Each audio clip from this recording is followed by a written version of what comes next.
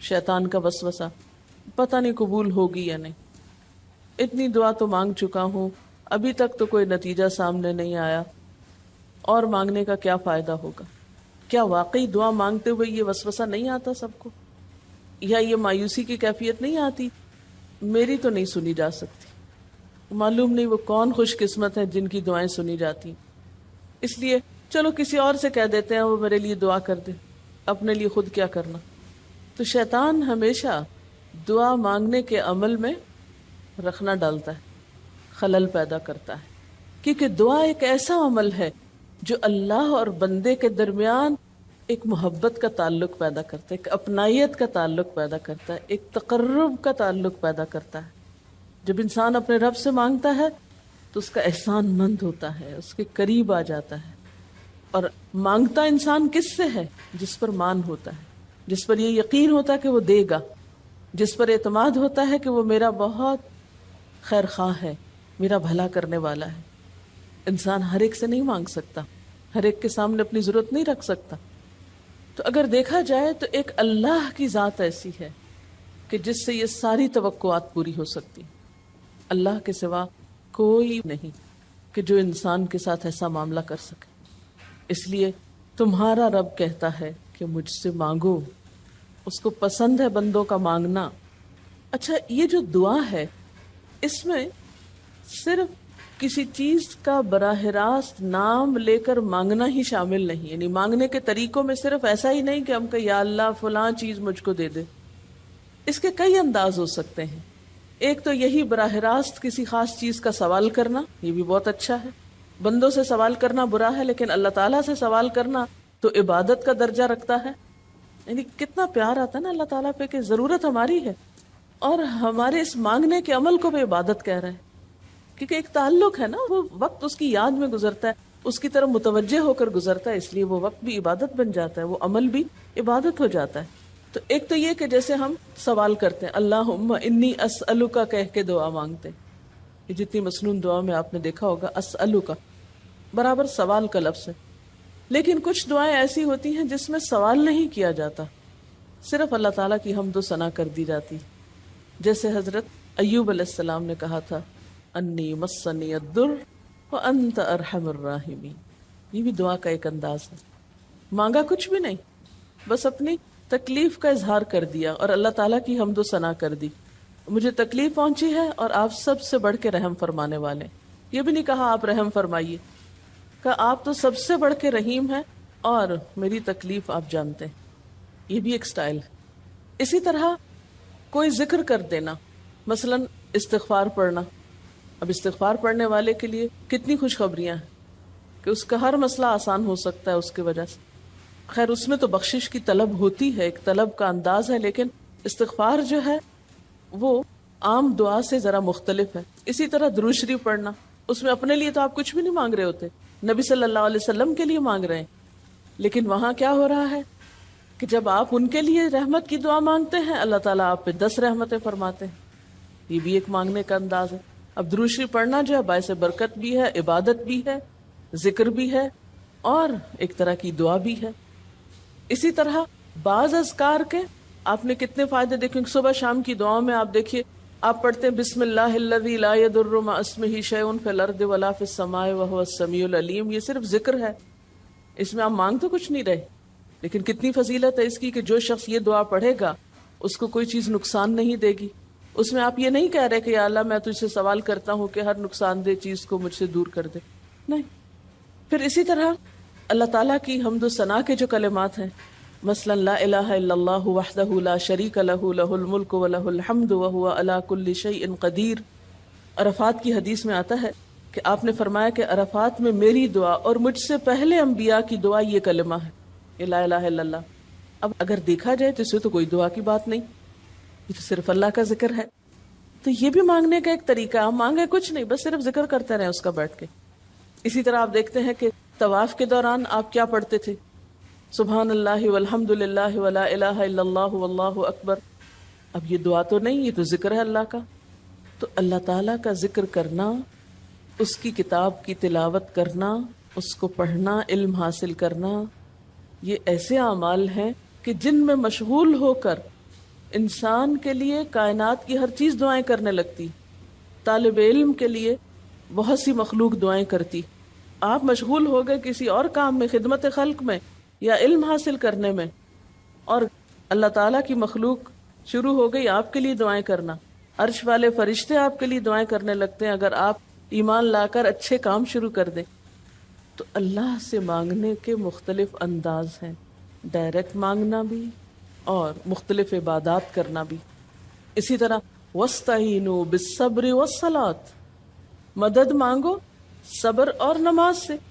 ٹھیک ہے، نماز میں انسان بہت سی دعائیں پڑھتا ہے، لیکن اگر مشکل وقت میں انسان صبر کے ساتھ نفل پڑھ کے اللہ تعالیٰ کا ذکر کرے اور اس کو سمجھ نہ بھی آئے کہ کیا دعا مانگو، کیونکہ بعض پریشانیاں ایسی ہوتی کہ انسان منہ سے کچھ نکال بھی نہیں سکتا، تو یہ نماز بھی کافی ہو جائے گی.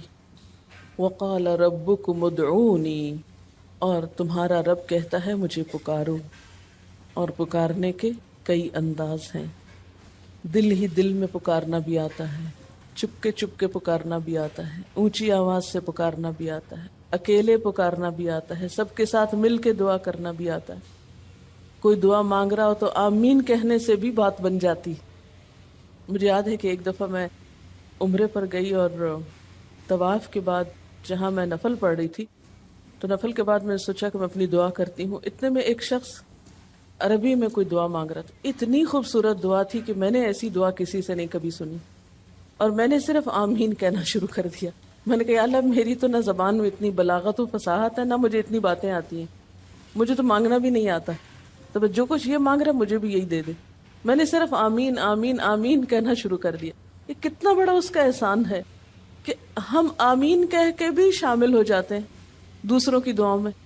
تو اسی لیے دعا کو عبادت کا نچوڑ کہا گیا، کریم، خلاصہ، ساری عبادت کا اوپر کا حصہ. اور ویسے بھی اگر دیکھا جائے تو ہر نماز میں بہت سی دعائیں ہیں. ہر موقع کی اللہ کے رسول صلی اللہ علیہ وسلم نے مختلف طرح کی ہمیں دعائیں سکھائیں. سویرے جو آنکھ کھلتی ہے، سویرے کے اگر آدھی رات کو بھی کھلتی ہے، اس کی بھی دعا ہے.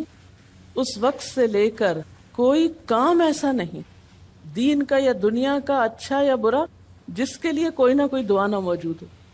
یعنی اتنا خوبصورت عمل ہے دعا مانگنا کہ جس کے لیے کسی خاص چیز کی قید بھی نہیں کہ کہیں بند کے بیٹھو تو ہی مانگو، کہیں پہنچو تو مانگو. نہیں، کہیں بھی مانگو، دن کو مانگو یا رات کو مانگو، کھڑے ہو کے مانگو یا بیٹھ کے مانگو، چلتے پھرتے مانگو یا چپ کے مانگو، منہ سے بولو بھی نہیں اور دل ہی دل میں مانگو تو بھی وہ سن لیتا ہے. کسی بھی طرح مانگ سکتے ہو، کہیں بھی کچھ بھی مانگ سکتے ہو. اس لیے وقال ربکم ادعونی استجب لکم، تمہارا رب کہتا ہے مجھ سے مانگو، میں تمہاری دعا قبول کروں گا. اور آپ کو پتا ہے کہ ربکم یہ صرف مسلمانوں کا رب نہیں، رب تو ساری مخلوق کا ہے. کافر کا رب بھی وہی ہے، خواہ وہ مانے یا نہ مانے.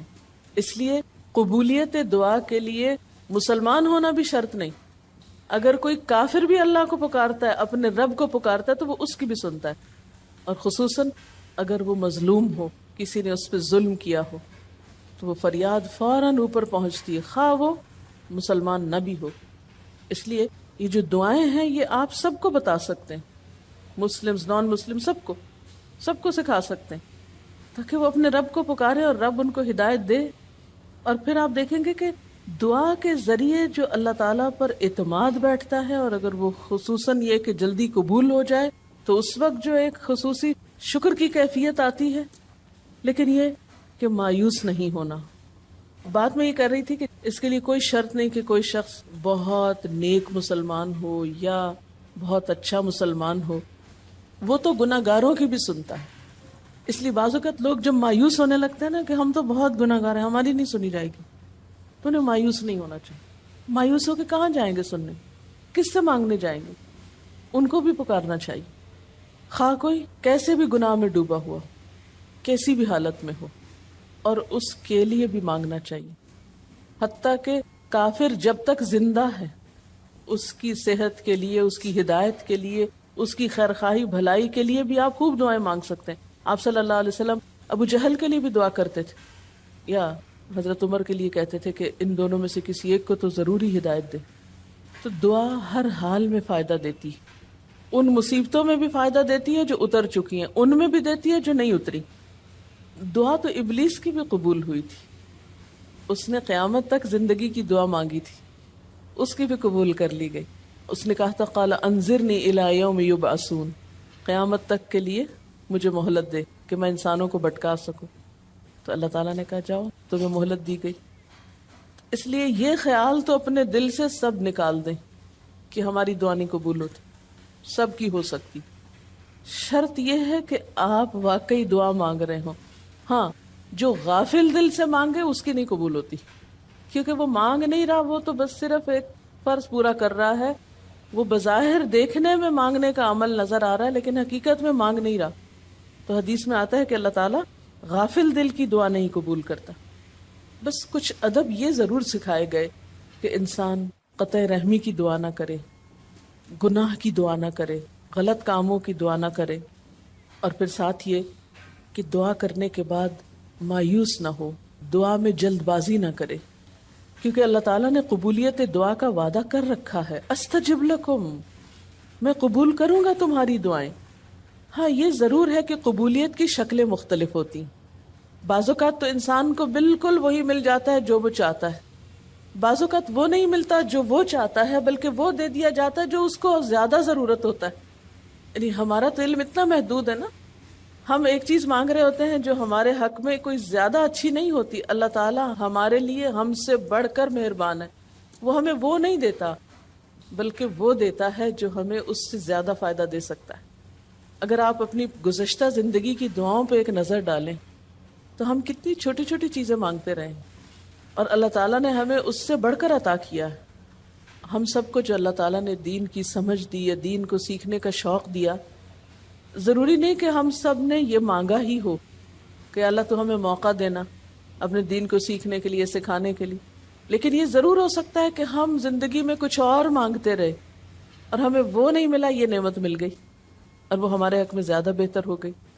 اور یہ ہو سکتا تھا کہ ہمیں وہ چیز مل جاتی اور آج ہم اس چھوٹی سی چیز کو لے کر اس کا شوق بھی پورا کر چکے ہوتے، اس کی ساری اٹریکشن ختم ہو چکی تھی. کیونکہ دنیا کی کوئی چیز ایسی نہیں جس کی اٹریکشن ختم نہ ہو جائے یا جس کی ویلیو گھٹ نہ جائے، جو پرانی نہ ہو جائے.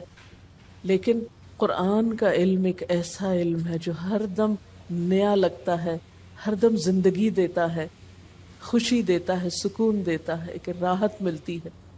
یہ پرانا نہیں ہوتا.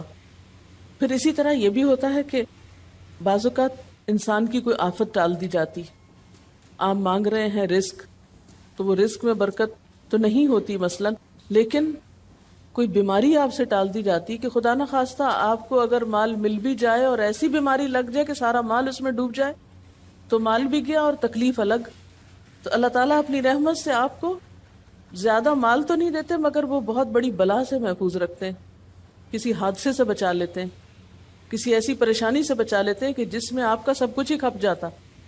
کیونکہ ہمارے پاس کوئی رائٹ تو نہیں ہے، ہم کو ڈیزرو تو نہیں کرتے کہ ہر وقت ہم امن و امان میں رہیں. ہمارے اپنے گناہوں کی بدولت، کئی بیرونی اسباب کی بدولت کوئی مشکل، کوئی حادثہ، کوئی مصیبت کسی بھی وقت آ سکتی جو دنیا میں مختلف لوگوں پر آتی رہتی.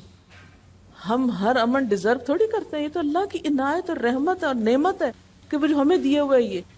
اور یہ عین ممکن ہے کہ ہم کوئی اور دعا مانگتے ہوں اور اللہ تعالیٰ اس کی بجائے ہمیں عافیت میں رکھے ہوئے ہو، ایک پرسکون زندگی دیے ہوئے ہمیں کہ ہمارے ہاتھ پاؤں سلامت ہیں، ہم بول سکتے ہیں، ہم دیکھ سکتے ہیں، ہم کھا پی سکتے ہیں، ہم چل پھر سکتے ہیں، ہم کسی کے محتاج نہیں ہیں. کتنا بڑا احسان ہے اس کا. اس لیے اگر کوئی دعا وقتی طور پر بعین ہی قبول نہیں ہوتی، بعین ہی کا کیا مطلب ہے؟ ایز اٹ از، جس طرح ہم چاہتے ہیں، تو بھی کوئی بات نہیں، صبر کرنا چاہیے. لیکن یہ نہیں سوچنا چاہیے کہ نہیں اللہ تعالیٰ دعا نہیں سنتا. ایک اور جگہ پر بھی فرمایا وَإِذَا سَأَلَكَ عِبَادِي عَنِّي فَإِنِّي قَرِيبٌ أُجِيبُ دَعْوَةَ الدَّاعِ إِذَا دَعَانِ فَلْيَسْتَجِيبُوا لِي وَلْيُؤْمِنُوا بِي لَعَلَّهُمْ يَرْشُدُونَ. جب میرے بندے آپ سے میرے بارے میں سوال کریں تو آپ بتا دیجئے کہ میں قریب ہوں، بہت قریب ہوں. اجیب دعوت الداعی، میں پکارنے والے کی پکار کا جواب دیتا ہوں. استجب لکم، قبول کرتا ہوں. یہ ایسے دل کے بہلانے کے لیے نہیں کہا گیا، یہ حقیقت ہے، یہ سچ ہے، اس پر ہمارا ایمان اور یقین ہونا چاہیے پختہ، اور اس کو چھوڑ کر اوروں کے پاس نہیں جانا چاہیے، کسی اور سے نہیں مانگنا چاہیے، صرف اسی سے مانگنا چاہیے، کیونکہ یہ عبادت بھی ہے اور پھر وہ ہر چیز دینے کے قابل بھی ہے، اس کی قدرت، اس کا علم، اس کی رحمت ہر چیز پہ چھائی ہوئی ہے، اس لیے اس سے مانگتے چلے جاؤ، اور پھر کبھی ایک انداز سے، کبھی دوسرے انداز سے، کبھی تیسرے انداز سے، لیکن اس سے ہمیشہ اچھی امید رکھو، لا تقنطوا من رحمت اللہ۔ لیکن اس کے ساتھ ساتھ ہمیں کچھ فارمل آداب بھی سکھائے گئے ہیں، ایٹ ٹائمز ان کا بھی لحاظ رکھنا چاہیے، یعنی ہر وقت دعا مانگنے کے لیے فارمل انداز اختیار کرنے کی ضرورت نہیں ہے۔ مثلا صبح شام کے اذکار ہیں، چلتے پھرتے آپ پڑھ سکتے ہیں، اب مثلا باتھ روم میں داخل ہونے کی دعا ہے تو اب آپ پہلے سے تسبیح اور درود شریف تو نہیں اس کے پڑھیں گے، یا نکل کے وہ ساری فارمیلٹیز تو نہیں پوری کریں گے جو دعا کے اول آخر کی جاتی ہیں عموماً جب فارمل دعا مانگی جاتی۔ تو ایٹ ٹائمز آپ بس ڈائریکٹ دعا مانگ لیں، ایٹ ٹائمز آپ پوری فارمیلٹیز کے ساتھ مانگ لیں، اور اس میں آپ دیکھیے کہ فارمل دعا مانگنے کا طریقہ کیا ہے کہ اللہ تعالیٰ کی حمد و ثنا سے شروع کیا جائے، نبی صلی اللہ علیہ وسلم پر درود بھیجا جائے، پھر اسی طرح یہ ہے کہ دعا میں عاجزی ہونی چاہیے، مانگنے کا انداز غالب ہونا چاہیے، شعر کے انداز میں چیخ چلا کے دعا نہیں مانگنی چاہیے، یا تقریر کے انداز میں دعا نہیں مانگنی چاہیے، امید اور خوف کے درمیان اعتدال کے ساتھ، پھر اسی طرح یہ کہ دعا میں مبالغہ آرائی نہیں کرنی چاہیے، پھر اسی طرح کچھ چیزیں ایسی ہیں کہ جن کا اگر اہتمام کبھی ہو سکے، کبھی کبھار تو بہت اچھا ہے، اور خصوصی جو قبولیت کے اوقات ہیں ان کا لحاظ رکھتے ہوئے ان مواقع سے فائدہ اٹھانا چاہیے، مثلا رات کے تیسرے حصے میں یعنی سحر کے وقت، پھر اسی طرح اذان اور اقامت کے درمیان، صف میں کھڑے ہو کر، صدقہ کرنے کے بعد،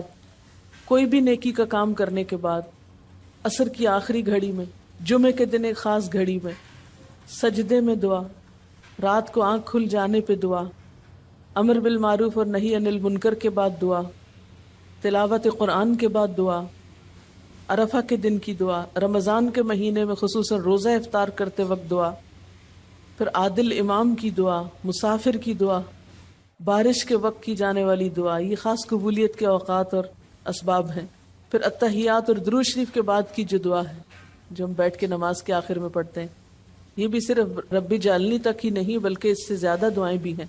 پھر اسی طرح جب اللہ تعالیٰ پر بہت پیار آ رہا ہو، بہت دل اس کی طرف متوجہ ہو، کیونکہ اللہ تعالیٰ غافل دل کی دعا نہیں سنتے، تو جب دل بہت متوجہ ہو تو فوراً دعا کے بھی فائدہ اٹھا لیں۔ اسی طرح اضطراری کیفیت میں، بہت بے چینی کے وقت، جب کچھ سمجھ میں نہ آ رہا ہو، بیماری کے وقت، پھر اسی طرح سفر کے وقت، پھر اولاد کی دعا ماں باپ کے لیے، ماں باپ کی دعا اولاد کے لیے، استاد کی دعا شاگردوں کے لیے، شاگردوں کی دعا استاد کے لیے، اور جب دعا مانگے تو انداز کیا ربنا اغفر لی ولوالدی وللمؤمنین، اپنی ذات سے شروع کر کے والدین یا قریبی لوگوں کے بعد پھر سب کے لیے عام دعا، پھر اسی طرح وضو کے بعد کی دعا، کعبہ کو دیکھتے وقت جب پہلی نظر سے دیکھیں، پھر حتیم کے اندر، پھر سعی اور طواف کرتے وقت دعائیں پڑھنا، پھر مزدلفہ میں۔ لیکن یاد رکھیے کہ ان قبولیت کے خاص مواقع اور مقامات کے علاوہ دعا تو کسی بھی وقت کی جا سکتی اور کوئی بھی گھڑی قبولیت کی گھڑی ہو سکتی، اس لیے ہمیشہ دعا مانگتے وقت یہ یقین رکھیں کہ اللہ تعالیٰ قبول کرے گا، مایوسی کے ساتھ دعا نہ ہو، کیونکہ جتنی ہماری دعا کے اندر یقین کی کیفیت ہوگی اتنا ہی انشاءاللہ قبولیت کے چانسز زیادہ ہوں گے۔ یعنی عزم کے ساتھ دعا مانگنی چاہیے، یہ نہیں کہنا چاہیے اللہ تو چاہے تو قبول کر، نہیں چاہتا تو نہ کر، یہ نہیں کہنا چاہیے کبھی بھی، نہیں اللہ تو کر سکتا ہے تو قبول فرما۔ پھر اسی طرح آپ دیکھیں کہ مظلوم کی بد دعا جو ہے وہ بہت تیزی سے قبول ہوتی، کہتے ہیں نا مظلوم کی بد دعا سے بچو کیونکہ وہ کہاں جا پہنچتی ہے، ساتویں آسمان تک۔ اور پھر آپ دیکھیے کہ نبی صلی اللہ علیہ وسلم نے فرمایا لا يرد القضاء الا الدعاء، قضاء کو کوئی چیز نہیں ٹال سکتی مگر دعا، یعنی تقدیر بھی بدل دیتی۔ آپ صلی اللہ علیہ وسلم نے فرمایا آدمی جب کبھی اللہ سے دعا مانگتا ہے اللہ تعالیٰ اسے یا تو وہی چیز دے دیتا ہے جس کی اس نے دعا کی تھی، یا اس درجے کی کوئی بلا آنے پہ اس سے روک دیتا ہے۔ آپ صلی اللہ علیہ وسلم نے فرمایا بندے کی دعا قبول کی جاتی ہے بشرطے کہ وہ کسی گناہ کی یا قطع رحمی کی دعا نہ کرے اور جلد بازی سے کام نہ لے۔ عرض کیا گیا جلد بازی کیا ہے یا رسول اللہ؟ فرمایا جلد بازی یہ ہے کہ آدمی کہے میں نے بہت دعا کی مگر میں دیکھتا ہوں کہ میری دعا قبول ہی نہیں ہوتی، اور یہ کہہ کر آدمی تھک جائے اور دعا مانگنی چھوڑ دے۔ نہیں، دعا سے کبھی نہ تھکے، اس لیے کہ اللہ کی نگاہ میں دعا سے بڑھ کر کوئی چیز باوقت نہیں۔ لیس شیء اکرم علی اللہ من الدعاء۔ اور پھر خصوصاً اللہ کا فضل مانگنا، قرآن پاک میں بھی اللہ تعالیٰ فرماتے ہیں وَاسْأَلُوا اللَّهَ مِن فَضْلِهِ، اللہ سے اس کے فضل کا سوال کرو۔ پھر اسی طرح عافیت کی دعا کہ اللہ تعالیٰ ہر حادثے، مصیبت، تکلیف، پریشانی سے بچا کر رکھے، یہ دعا بھی بہت پسندیدہ ہے اللہ تعالیٰ کے نزدیک۔ آپ صلی اللہ علیہ وسلم نے فرمایا دعا ہر حال میں فائدہ دیتی ہے، ان بلاؤں کے معاملے میں جو نازل ہو چکی اور ان کے معاملے میں جو نازل نہیں ہوئی۔ بس اے بندگان خدا تم ضرور دعا مانگا کرو۔ اور پھر آخری بات کہ تم میں سے ہر شخص کو اپنی ہر حاجت اپنے رب سے مانگنی چاہیے، حتیٰ کہ اگر جوتی کا تسمہ بھی ٹوٹ جائے تو بھی اللہ تعالیٰ سے دعا کرے۔ یعنی چھوٹی چھوٹی چیزوں میں بھی جب ضرورت پیش آئے تو اللہ کی طرف رجوع کرے۔ وَقَالَ رَبُّكُمُ ادْعُونِي أَسْتَجِبْ لَكُمْ، اور تمہارا رب کہتا ہے کہ مجھے پکارو، مجھ سے مانگو، میں تمہاری دعا قبول کروں گا۔ إِنَّ الَّذِينَ يَسْتَكْبِرُونَ عَنْ عِبَادَتِي، بے شک وہ لوگ جو میری عبادت یعنی دعا سے تکبر کرتے ہیں، یعنی مجھ سے تکبر کی بنا پر نہیں مانگتے، جیسا کہ حدیث میں بھی آتا ہے من لم يسأل اللہ یغضب علیہ، جو اللہ سے نہیں مانگتا اللہ اس پہ غضبناک ہوتا ہے۔ یعنی جو دعا نہیں کرتا اللہ تعالیٰ اس سے ناراض ہوتا ہے، کیونکہ وہ تو بے تعلق ہو گیا نا اپنے رب سے نہ مانگ کر، اور خصوصاً تکبر کی وجہ سے۔ ایسے لوگوں کی جزا کیا ہے؟ سیدخلون جہنم داخرین، ان